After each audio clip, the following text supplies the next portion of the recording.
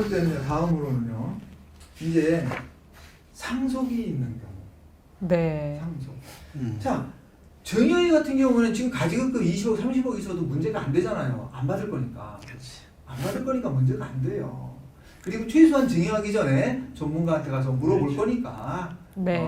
문제가 안 돼요. 하지 말라고 그러지 누가 하라고 하겠어요. 네. 선택할 수 있느냐 없느냐도 중요하죠. 네, 거기다가 저희가 이제 지분 증여를 하게 되면은 세무사가 받아서 주식 가치를 평가해야 되는데 그 가지급금도 자산이기 때문에 주식 가치가 높게 계상되면 거기서 먼저 세무사가 얘기를 해주겠죠. 그렇죠. 지금은 증여하시면 안 됩니다. 안 되죠. 막 이렇게 얘기를 하셨을 네. 것 같아요. 그래서 문제가 안 되는데 네, 상속은 얘기가 다르죠. 네, 피할 수 없는 세금, 180도 바뀌죠. 선택할 수 없는 모든 세금. 게. 네, 상속은 얘기가 다릅니다. 가지급금 이제 요거를 이제 처리할 수 있는 아까 그 가지급금이 20억 있는 그 재무제표를 그대로 가지고 상속이 이제 이루어진 거예요. 돌아가신 거예요, 대표님이. 자, 그러면 이제 선택할 수 있는 방안이 뭐냐를 한번 생각해 봐야 돼요. 첫 번째 방법으로는 대표자가 전액 상여로 받는 거예요. 대표자가 전액 상여로 받은 다음에 그거를 소득세, 그러면 이제 그거에 대한 소득세와 주민세가 나오겠죠. 네, 돌아가셨으니까 가지금. 근데 돌아가셨기 때문에 국민연금이나 뭐 이런 것도 의료보험, 건강보험료는 안 내도 됩니다. 그래서 제가 계산을 해보니까 소득세, 주민세가 9억 1,700만 원이 나와요. 네. 그러면은 이제 20억은 자산에서 빠진 거예요. 가지급금 20억은 국가가 이제 개인이 갖고 갔다고 보고 거기에 소득세를 과세했기 때문에 가지급금 20억은 없어진 거예요. 그러면 자녀가 받는 주식평가액은 17억이 될 겁니다. 그런데 요 9억 1,700 세금 아버지 돌아가셨잖아요, 대표님이. 그럼 자녀가 내야 되잖아요. 그러니까 요거를 다시 부채로 공제받을 수 있겠죠. 그러면 17억에서 9억 1,700 빼면 자녀는 실제로 상속받는 재산은 7억 8천이 되는 거예요. 네, 요거에 대한 상속세 계산하면 1억 7,500이에요. 그러니까 요 1억 7,500과 그 대표님의 소득세 주민세 9억 1,700을 합하면 총 10억의 세금을 납부하면 됩니다. 다음으로는 이 방법을 선택하지 않고 이제 자녀가 이렇게 하는 거죠. 그 아버지 가지급금 제가 갚을게요. 제가 갚을게요. 왜냐하면 상속은 포괄승계잖아요. 자식이 갖겠다고 하면 그건 승계되는 거거든요. 네, 그거를 뭐 특수관계가 소멸됐다고 그렇게 해서 없애버릴 수 있는 건 아니에요. 포괄승계이기 때문에. 그래서 자녀가 갚겠다. 그렇게 하면 자녀는 어떻게 신고하면 되냐면 주식을 평가할 때는 가지급금을 자산으로 봐서 주가평가를 하고 동시에 20억분 부채를 왔으니까 부채를 공제받으면 돼요. 네, 네. 그러면 주식평가액은 그대로 37억이 될 거고 채무공제가 20억이 되겠죠. 그래서 17억을 물려받는 걸로 돼서 세금이 5억 2,100만 원이 나옵니다. 다만 요 경우에도 자녀가 20억을 갖겠다고 했으니까 그 법인으로부터 배당이나 뭐 급여 상여로 갖고 와서 이제 20억을 갖게 되면 10억 세금이 나와요. 네, 그 밑에 요 10억 가까운 세금이 나오는데 이 경우에도 아까의 경우와 같이 감자를 실시해서 20억에 상당하는 금액만큼 감자를 바로 실시해서 우리 뭐 일반적으로 상속감자라고 하잖아요. 네, 상속감자를 해서 하면 20억에 대해서는 추가적인 세부담 없이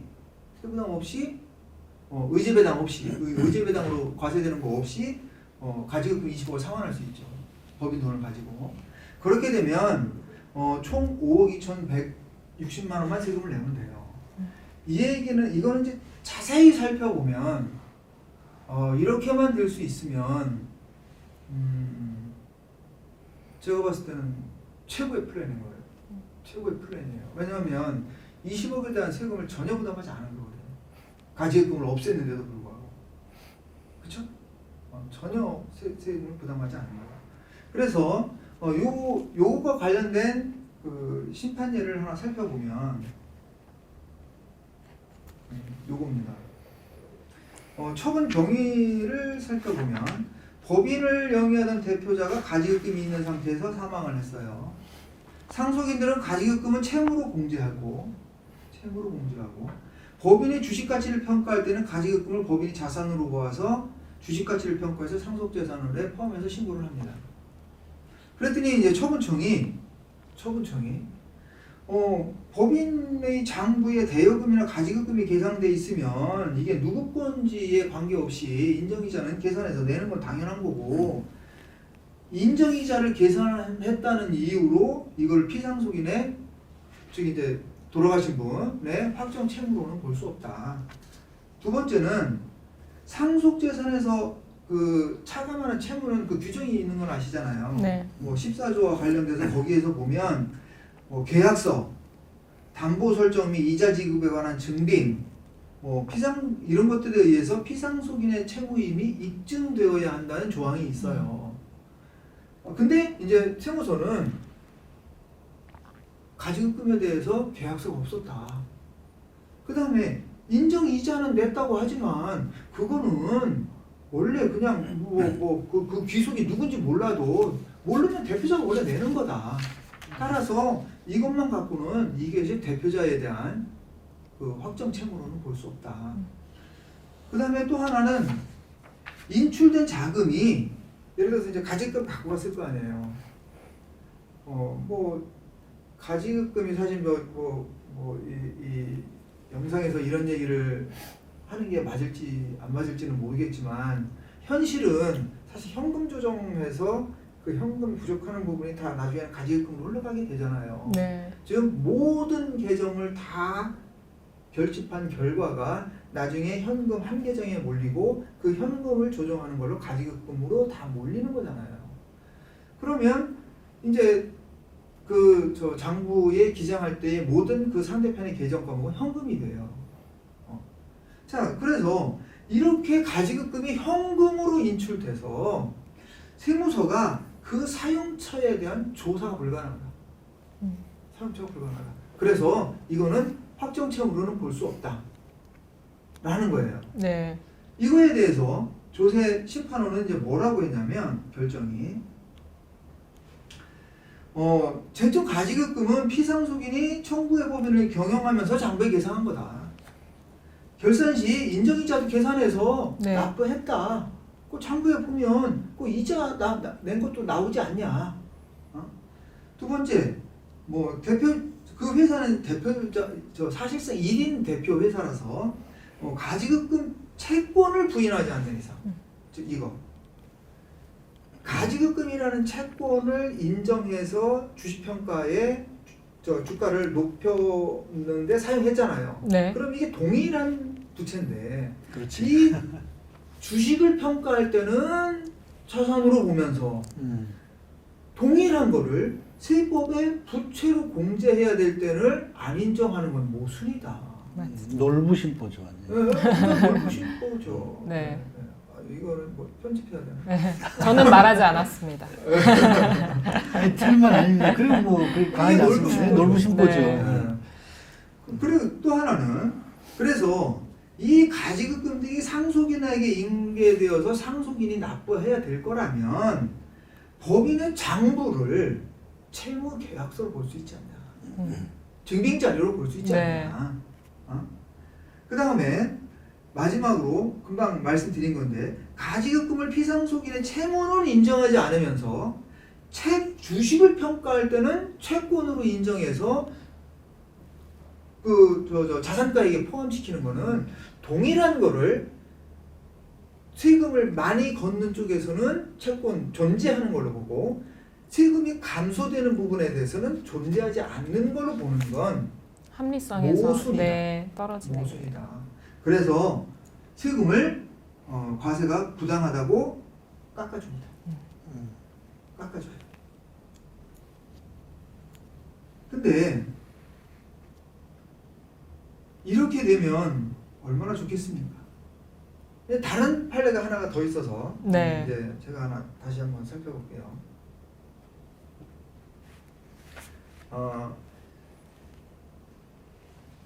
이 아까 거는 2008년인가 그랬죠? 네. 요건 2025년입니다. 최근 판례네요. 네, 뭐 아직 안 식었어요. 따끈따끈합니다. 네. 아직 김이 모락모락 나는 건데. 처분 경위를 보면 아까랑 똑같습니다. 법인을 영위하던 대표가 가지급금이 있는 상태에서 사망하자.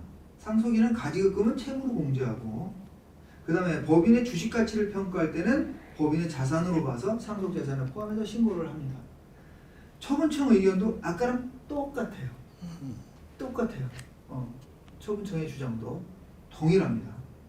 그런데 이제 이거에 대해서 조세심판원은 또 뭐라고 결정했냐면, 심판원은 상속재산가액에서 공제될 피상속인의 채무는 입증 책임이 납세자한테 있다. 입증 책임. 원래 이제 민사도 뭐든 입증 책임은 주장하는 측이 입증하도록 돼 있죠. 네. 그리고 주장하는 측은 이익이 있는 자가 주장하는 것이고, 그러니까 이 채무를 공제하는 건 납세자한테 유리한 거기 때문에 주장하는 자, 채무 공제를 주장하는 납세자가 입증해야 한다는 거예요. 그건 뭐 대부분 판례가 있어요. 두 번째는 여기서 사망시까지 뭐 대표이사로 뭐 재직하였고 뭐 50%로 뭐 이런 것들은 별로 중요하지 않고요. 쟁점법인이 장부에 기재되어 있다고는 하나 청구인이 올려오는 거액의 사용처를 소명하지 못하고 있다.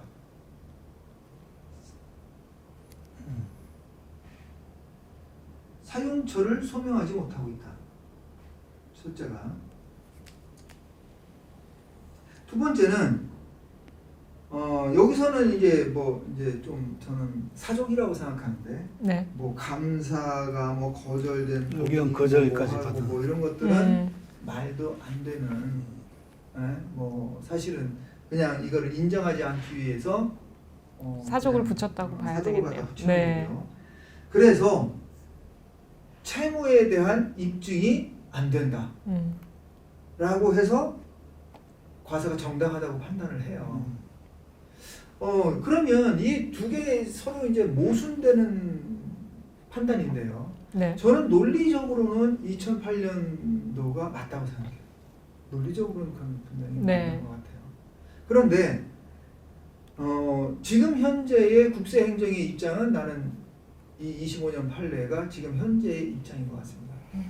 납세자한테는 큰 리스크네요. 네. 이게 나는 국세청의 입장이고 조세심판원도 마찬가지일 거고, 그리고 아마 저는 그전 심판례가 세무사님 보니까 2009년 심판례예요. 네, 맞습니다. 꽤 오래된 네. 거죠. 네.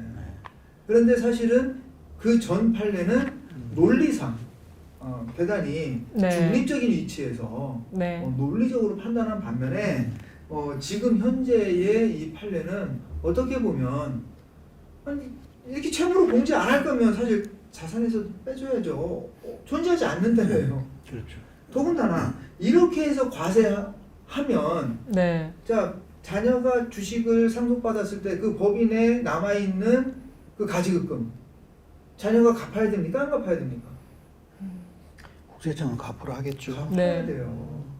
안 갚을 방법이 없잖아요. 그러면 이렇게 과세하고 자녀는 그렇게 하면 주식에 대한 거는 과세해서 지금 상속세는 내고 부채는 부인당하고 여기에 더군다나 가지급금 20억은 상환해야 되는 거예요. 네.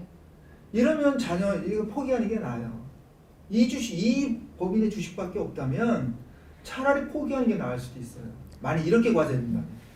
물론 이제 아까 말씀드린 대로 뭐 상속이 이루어진 즉시 감자를 실시해서 회사의 자산을 갖고 갚으면 되겠지만 여기서는 그게 어렵죠. 가지급금이 자산이잖아요. 네. 가지급금이 자산이니까 자산이 없다고요. 그러면 실질적으로 물려받은 재산은 17억인데 거기에 대한 채무 공제 안 하고 뭐 하고 또 가지급금을 물려받으면 완전히 빚을 물려받는 거예요. 그래서 저는 이 경우라면 저는 상속 포기가 현명한 방법 같아요. 이 재산만 있다면 아주 리스키하죠. 이 심판례가 주는 의미가 굉장히 크네요. 네. 그리고 아까 말씀하신 상정법 14조 4 네. 부채로 인정받기 위한 요건이 네. 현실에서 관리가 거의 안 되잖아요, 사실. 안 되겠네. 불가능하다고 봐야죠. 이거 관리가 필요하다는 포인트가 하나 생기네요. 아주 중요한 포인트가. 그래서 이제 이거를 갖고 세액 계산을 해보면 아까 이제 계산하다가 말한 거 예. 여기 이제 이렇게 되는 거죠. 주식 평가에 가산하고 상속 부채는 세무서가 부인하게 되면 세금이 13억 9,200이에요. 그러면 따져보시면 13억 9,200인 세금을 냈는데 지금 이 가지급금에 대한 납부 추가적인. 그 네. 3만 인부도 남아 있어요. 네. 여기 제가 이거 쓴 겁니다. 나의 무지로 인하여 내 자식이 파산할 수 있다.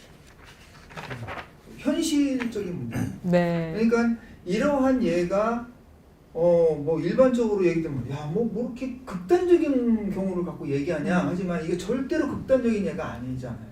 세무사님 아시잖아요. 이게 극단적인 게 아니라는 거. 네. 그러니까 우리는 그거를 알아서 이게 당연한 결과라서 이러한 것들의 폐해를 알지만 대표님께서는 그냥 생각 안 하고 게다가 사실은 이런 걸 생각했다가도 갑자기 돌아가시면 그쵸. 심각한 거죠. 갑자기 돌아가시면. 네. 그리고 또 하나 이제 뭐 또 이렇게 그 대표님께서 이렇게 건강이 안 좋으시면 또 좀 체크해야 되는 거. 지금처럼 이제 부채가 부인되는 경우에는 부채가 부인됐기 때문에 상관없어요.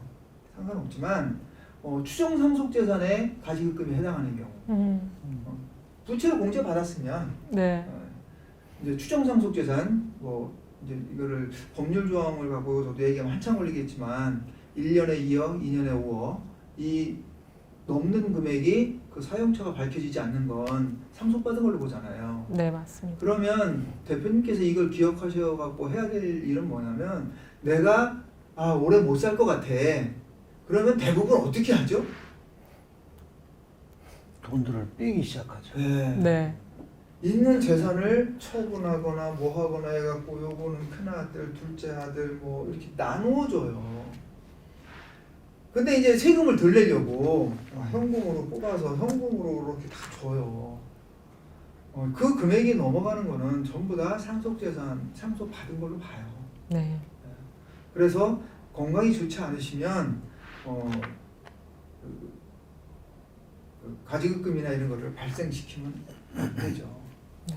예. 그래서 그거까지는 대표님께서 좀 알으셔야 될 것 같고요.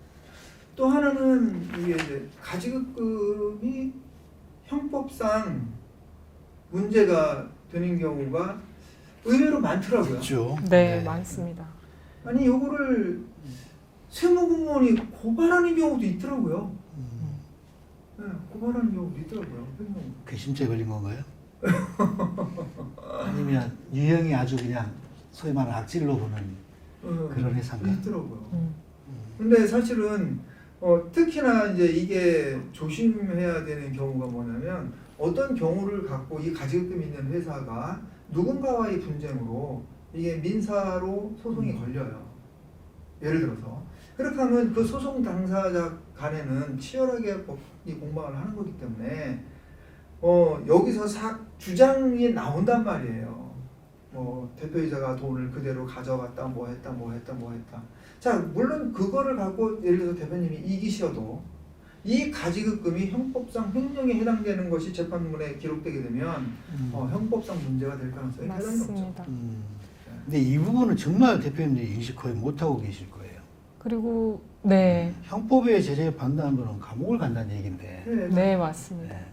이게 세무대리인 그 세무공무원이 아니더라도 실질적으로 저는 현장에서 거래처 그리고 직원이 고소를 진행한 케이스를 본 적이 있습니다. 네, 이거 많아요. 이게 예를 들어서 격리 직원이 이제 옛날 얘기인데 하루는 이제 사무실에 이제 전화가 왔어요. 거래처 사장님이 나를 보러 오겠대. 아니 제가 갈까요? 그랬더니 아니래 자기가 오겠대요. 그러고 이제 오셨어요. 그랬더니 뭐라고 말씀하시냐면 격리 여직원이 돈을 횡령을 팔아 그랬대. 예상 매수를 뺀 거야. 빼갖고 돈을 달라고 하니까 돈이 없는 거예요. 이미 다 쓰고. 그래서 그 14평짜리 아파트 그 당시에 시세가 1억 한 3천 정도 되는 그런 그 다 쓰러져가는 초가상가 아파트였는데 그거를 받고 그냥 없던 일로 하자. 내가 너 교도소 보내면 뭐 하겠냐. 그래서 없던 일로 했다는 거예요. 자, 그러고서 이제 한 6개월이 지났는데 내용 증명이 덜렁 왔대요. 집 돌려달라고. 집 돌려달라고. 그러면서 무슨 근거로? 복사본이 투서 넣겠다. 격리정보. 투서 넣겠다. 그래갖고 제가 대표님한테 뭐라고 했겠습니까? 그런 일이. 집 돌려주세요. 방법이 없잖아. 네. 근데 대표님, 그게 거기서 끝나면 다행인데 저 직원이 이 집만 갖고 가서 뭐 이제 끝나면 다행인데 저 돈 떨어질 때마다 오면 어떡하나 그건 전 모르겠어요. 그랬어. 돈 떨어질 때마다 오면. 그렇죠. 그러니까 이 횡령 이런 것들은 이 가지급금은 이 형법은 정말 어떻게든 피하고 싶은 제재들이죠. 네. 그러니까 그런 얘기 드라마에도 보면 많이 나오잖아요. 돈을 얼마든지 내도 좋을 테니까 감옥만 안 가게 해달라고. 그런 얘기들을 하잖아요. 현실에서도 그렇지. 그다음에 이제 마지막으로 이제 좀 제가 드리고 싶은 말씀은 아마 이거는 한번 같이 한번 좀 말씀해 보시는 게 좋을 것 같아요. 저는 대표님이 어느 정도 연세가 있고 내가 한 10년 안에 죽을 것 같다. 그러면 대표님이 가지급금에 대한 정비를 하셔야 될 것 같아요. 맞습니다. 자녀가 할 수 없거든요. 이 자녀는 절대 할 수 없어요. 알지도 못하고 내 일도 아니고. 그러면 대표님이 예를 들어서 근데 이제 이 가지급금이라는 게 이게 뭐 몇십 년 쌓여왔잖아요. 내가 이거를 없앨 수 있으면 당연히 없앴겠죠. 근데 없앨 수 없는 상황이에요. 예를 들어서 없앨 수 없는 상황. 자, 아까처럼 20억이 가지급금이 있다고 가정을 해요. 그럼 없앨 수 없는 상황이에요. 상환할 능력이 없는 거죠. 자, 그랬을 때 어떻게 대표님이 현명하게 대처를 해야 되느냐 이거예요. 저는 그때에 대표님이 가지급금에 대한 정비를 잘 생각하셔야 된다라고 봐요. 왜 그러냐면 아까 수식에서 봤을 때 가지급금을 자산으로 봐서 주식평가에도 포함이 되는 반면에 이거를 부채로 공제받을 수 있으면 가지급금에 대해서는 영원의 세금을 부담하고 없애는 거예요. 그러면 가지급금을 부채로 공제받을 수 있는 방안을 연구해 놔야 돼요. 그렇죠. 네. 이거는 자식이 할 수는 없어요. 본인이 하셔야 돼요. 아까 생각해 그 상정법 법조문 다시 한번 말씀해 주시겠어요? 부채로 공제받기 위한 요건 14조 관련된 항인데요. 상정법 상정법 14조 4 네, 그리고 그다음에 시행령 10조 네. 맞나요? 네. 네. 상정법 14조 그리고 시행령 10조 이렇게 그러니까 그거에 의해서 채무로 인정받기만 하면 사실은 대표님이 가지급금을 안 없애는 게 절세 방법일 수도 있어요. 그러니까 상속 시점이 되면 그런 의사결정도 가능해지는 거죠. 네, 그렇죠. 상속이 네. 가까워진 시점이라고 그러니까 하면. 이건 참 저도 세법을 연구하면서 느끼는 게 모든 의사결정이 상속세를 갖다 대잖아요. 답이 180도 바뀌어요. 다 다르죠. 네, 맞습니다. 네, 완전히 달라집니다. 그러니까 예를 들어서 이거는 이제 뭐 그냥 극단적으로 악용하는 사례를 그냥 말씀드리는 거예요. 예를 들어서 내가 오래 살 일이 뭐 예를 들어서 이제 이 가지급금이 뭐 어떤 원인에 의해서 예를 들어서 한 15년 전에 그러니까 상속세 조사 그 이전 현금으로 찾아서 애들한테 다 증여해서 애들이 나름대로 기반을 그 돈으로 다 잡았어요. 근데 사실 상속자의 돌아가신 분의 계좌를 전부 다 조사하는 것보다 10년치만 조사하지 네. 전생애를 조사하진 않잖아요. 그러면 10년 내에서 일이 안 터졌고 그 전에 증여하고 뭐하고 했으면 가지급금을 갖고 가서 증여했으면 이 증여세는 과세하기 어렵고 그런 다음에 그렇게 하면 지금 증여했던 20억이라는 가지급금이 남아있을 거 아니에요. 이 남아있는 것에 대해서 상속채무로 공제받을 수 있게 투명하게 만들어 놓을 수 있으면 저는 가장 좋은 절세 방법이 될 수도 있잖아요. 자, 그래서 저는 이런 것도 한번 생각을 해요. 예를 들어서 살다가 보면 이사를 할 때도 있잖아요. 네. 이건 뭐 저만의 생각이니까 제가 이게 옳다고 하는 거 아닙니다. 그렇게 하면 일시적으로 돈이 생겨요. 갚으라 이거예요. 다. 그래서 어쨌건 한꺼번에 다 갚은 다음에 일주일 있다가 다 찾아가 도로. 그렇게 하면 찾아온 이제 금융자료가 남잖아요. 찾아온 금융자료. 네. 이때서부터 금융자료를 갖고 채무계약서 뭐 전부 다 완벽하게 관리를 하는 거죠. 그러면 공제받을 수 있지 않을까요? 어떻게 생각하십니까? 소명이 명확하다고 하면 소명 너무 네. 아니 그래서 명백한 금융 기록을 남긴 거 아닙니까? 네. 그러니까 저는 대부분 가지급금을 갖고 계신 대표님들이 사실 평상시에는 이 가지급금을 상환할 돈이 없어요. 그리고 이 가지급금 쌓여있는 것 자체가 실질적으로 자기가 그때마다 통장에 이렇게 갖고 간 돈도 있지만 아닌 돈도 많아요. 그렇다 보니까 이 그때마다 계약서를 작성하는 것도 사실은 불가능하거든요. 그러니까 생애의 어느 순간에 내가 뭐 집을 팔든 이사를 하든 어떤 경우에 일시적으로 거액의 현금이 들어올 때 저는 일치 상환을 해요.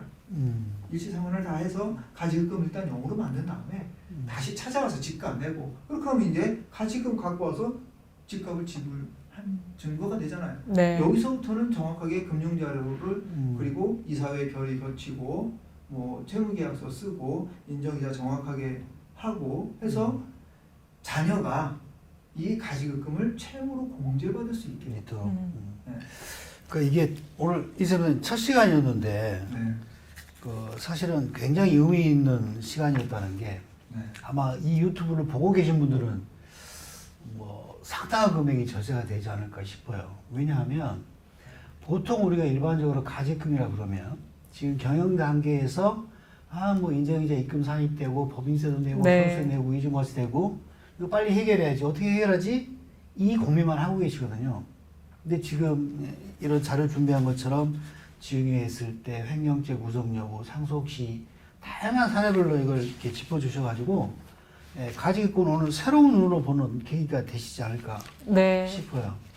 특히 우리 이제 늙어가는 60대 생들 상속이 멀지 않은 그런 기업인 경우에는 요 부채로 공제받을 수 있는 요건 관리 매우 중요할 것 같습니다. 네, 맞습니다. 네. 네. 가장 쟁점은 그럼 대표님이 이 가지급금이 앞으로 내가 어떻게 관리해야 되는지 그거에 대한 마인드맵이 가장 핵심이 될 수 있겠네요. 네, 맞습니다. 네. 그러니까는 요거를 하여간 가지급금이 있는 법인은 사실은 어떻게 보면 그 가지급금을 없앨 수 있는 방안을 뭐 사용할 수 있으면 최선이겠지만 그게 첫 번째 과제. 도저히 없앨 수 없으면 네, 맞습니다. 증빙인에도 정확하게 해놓으면 자녀가 채무로 공제받으면 실질적인 세부담이 없다. 없을 수 있거든요. 방금 말씀하신 대로 해결책이 있어도 아까 본인이 해결책이 있으면 그 해결책대로 해결을 하면 되고 해결책이 없어서 어쩔 수가 없다. 손 놔버릴 필요는 없다는 진짜 가장 그렇죠. 중요한 얘기를 해주시는 거네요. 그렇죠. 네. 그리고 이제 가끔 뭐 이렇게 이제 대표님하고 얘기하다 보면 이런 얘기 많이 해요. 이렇게 많이 생전에 네. 싹 증여받고 상속 포기. 상속 포기. 근데 뭐 아시다시피 상속자의 경우에는 10년 내에 네. 증여한 가액이 합산되는데 그렇게 합산되는 가액이 있으면 상속 포기가 안 되죠. 법적으로 상속 포기가 안 되고 네. 상속료 납세에 인가되기 때문에 일반적으로 대표님들이 그냥 생각하는 것들은 타당성이 없는 경우가 상당히 많은 것 같아요. 네. 그래서 마지막으로 제가 말씀드릴 수 있는 건 여기 나의 무지로 인하여 나의 자신 나타났습니다. 네. 제가 준비한 건 여기까지. 네. 너무 하여튼, 중요한 내용이에요. 깊이 있는 연구 네. 감사드리고 수고하셨습니다. 네, 감사합니다. 네.